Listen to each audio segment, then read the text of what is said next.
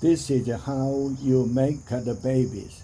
In the face of a dying planet and economic challenges, we millennials are weighing our fertility option and making big choices.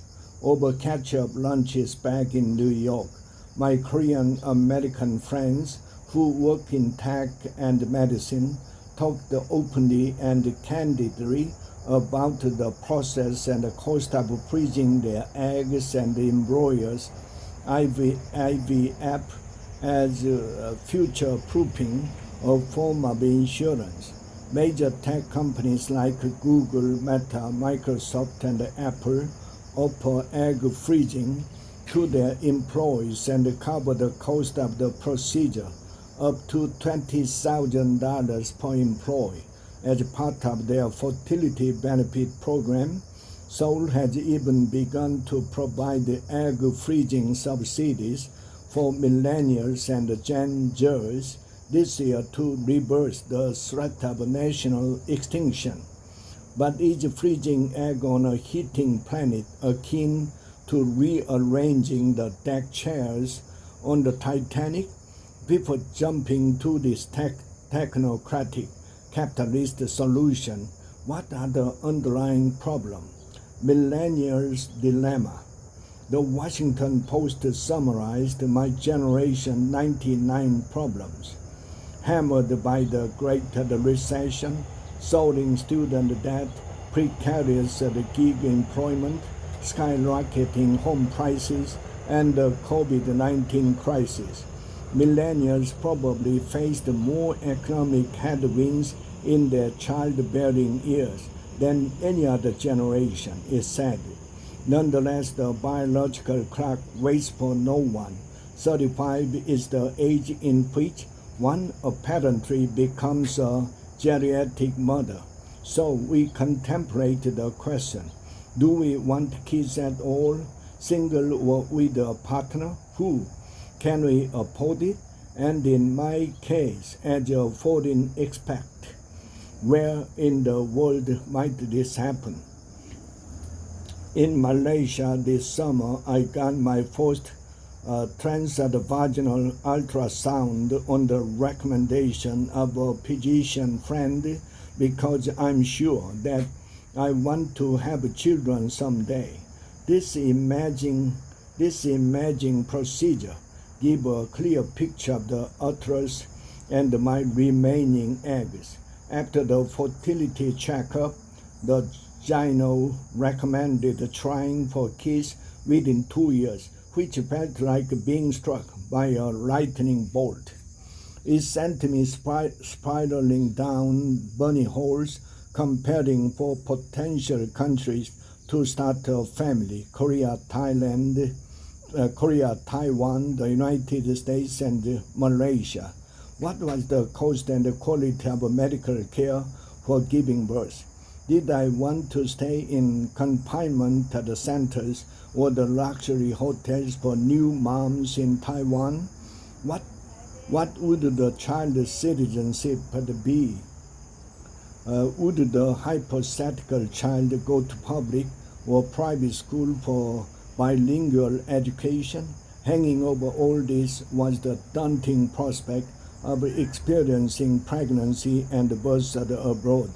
By all accounts, unemotional, psychological, and physically life-altering experience without a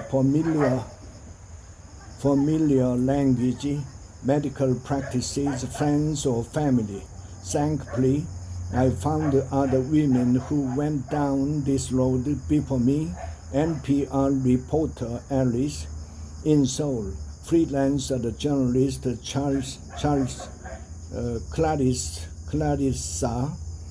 in Taipei, and South African midwife Karen, who wrote The Giving Birth Abroad, the essential guide for experts expecting. On the one hand, my mother would claim, "You know too much." On the other hand, I prefer having a clear, factual basis on my personal timeline for decision making. I accept that we know more. with birth control, education, financial independence, and medical technology. Girls and women live today in an extraordinary age of choice. Many can make the informed decision about whether they want to be a parent or not in this life.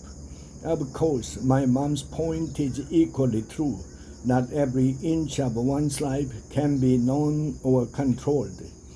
We can attempt to predict, but we'll never fully know the impact of a child on our bodies, lifestyle, or finances.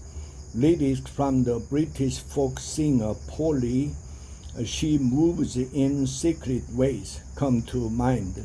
A choir of doctors and statesmen who've planned their sorry life to the last day's end. But look at all the happy things that happened by accident. Happy accident. Yet Taiwan and Korea, in my view, as a Korean American living in East Asia, allow little to no breathing room for happy accidents. The countries place a staggering demand on workers, mothers, and students. Will our governments figure out how to make babies?